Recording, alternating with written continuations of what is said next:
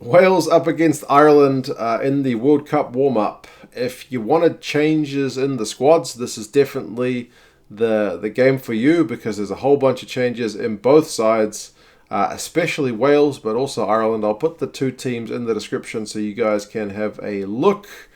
But yeah, much in the way of differing lineups from the previous teams that both these coaches have selected. Recent history between these two sides: Wales with the edge over Ireland, 3 wins, Ireland the 1 and the 1 draw.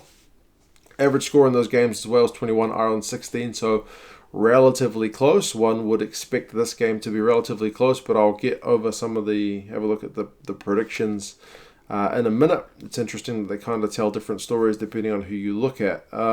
Last time they met in Cardiff was the Six Nations this year, and it was Wales pretty comfortably 25 points to 7 over Ireland. The last Irish win in Cardiff, though, interestingly, was also a Rugby World Cup warm-up match in 2015, in which they won 35-21. So I don't know how much you read into those historical numbers. The fact that both these teams are so changed kind of means it's all up in the air. The Welsh side, it's just James Davis from last week. Aaron Shingler and Navidi join him in the back row. Navidi is captain for this one. Bradley Davis, Adam Baird in the second row.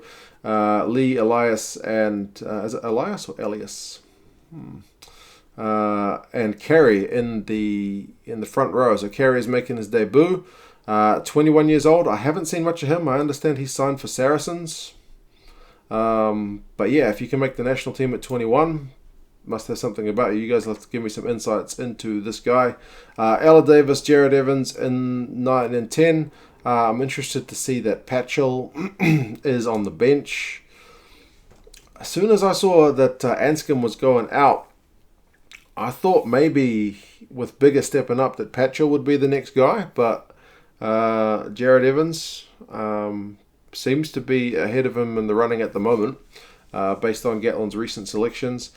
Steph Evans and Owen Lane are on the wing, so Owen Lane will be making his debut for Wales, so congratulations to him. Owen Watkins, Scott Williams in the midfield, and Hallam Amos rounds out the back three at fullback. Probably an important game for him. It's a pretty competitive area, the outside backs for Wales. I mean, with Williams and Halfpenny pretty comfortable at 15. Obviously, Williams can go on the wing as well. Amos could do with a decent game, but we know he's got that in him because we've seen that from him before. But yeah, I think Shingler, Navidi, Davis, that's Ella Davis, Jared Evans and Owen Watcombe were all on the bench against England, and they're now getting starts. So the changes are mostly in the fact that a lot of these guys coming in fresh, but also some of them did play on the bench. Ireland, again, changes. Whole new front row with John Ryan, Niall Scannell, and Dave Kilcoyne. Ian Henderson's still there in the second row. He's one of the unchanged guys from last week. James Ryan, we haven't seen him as yet, so big game back for him. Tyke Byrne is starting this week. O'Mahony moves from 6 to 7, and Jack Conan gets a start at number 8. Kieran Marmion and Jack Carty are 9 and 10. Carty is preferred over Ross Byrne this week.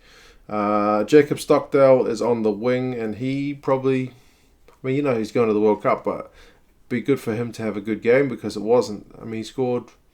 Did he score that try? He set up the try last week, but defensively looked a bit out of kilter. We know he can do a lot better. Conway's on the other wing, and Will Addison is there at fullback, so another guy who could definitely use a big game with kind of Carney and Lama seeming to be the guys who fill that number 15 spot, but Addison can definitely do a job as well. Conway's moved up from the bench, likewise Tyke Byrne, likewise Carty, so yeah, also interesting that with Healy out, it kind of gives some other guys a chance to get a run. I know Murray passed his HIA in that game last week, but he's not being risked this week, so Luke McGrath's on the bench. Devon Toner's still on the bench, Tyke Furlong moves to the bench, Rory Best's on the bench. So yeah, much changed lineups. The predictions, the bookies have got it pretty much at evens with Ireland as like half-point favourites here in New Zealand. That could be to do with the lineups, or because it's a New Zealand bookmaker, it could be to do that we fancy the Irish as a strong team because they've beaten us more recently. But also, I looked at Rugby Forecast, which is an algorithm that predicts the results. That one has Wales by 3. I thought it was 4, but it's 3. So it's not often that the bookies and the algorithm kind of differ on their predictions. They're usually much of a muchness, but in this one they're picking 2 different winners. So it is going to be an interesting one. As always, we hope for an injury-free game. Hopefully it's a bit of entertainment. This one, I believe, again, is on the middle of the night here in New Zealand, so I will get up at about 5 in the morning before my kids and watch a delayed broadcast without being spoiled by social media. But yeah, you guys let me know your thoughts on the game. How do you think this one's going to go?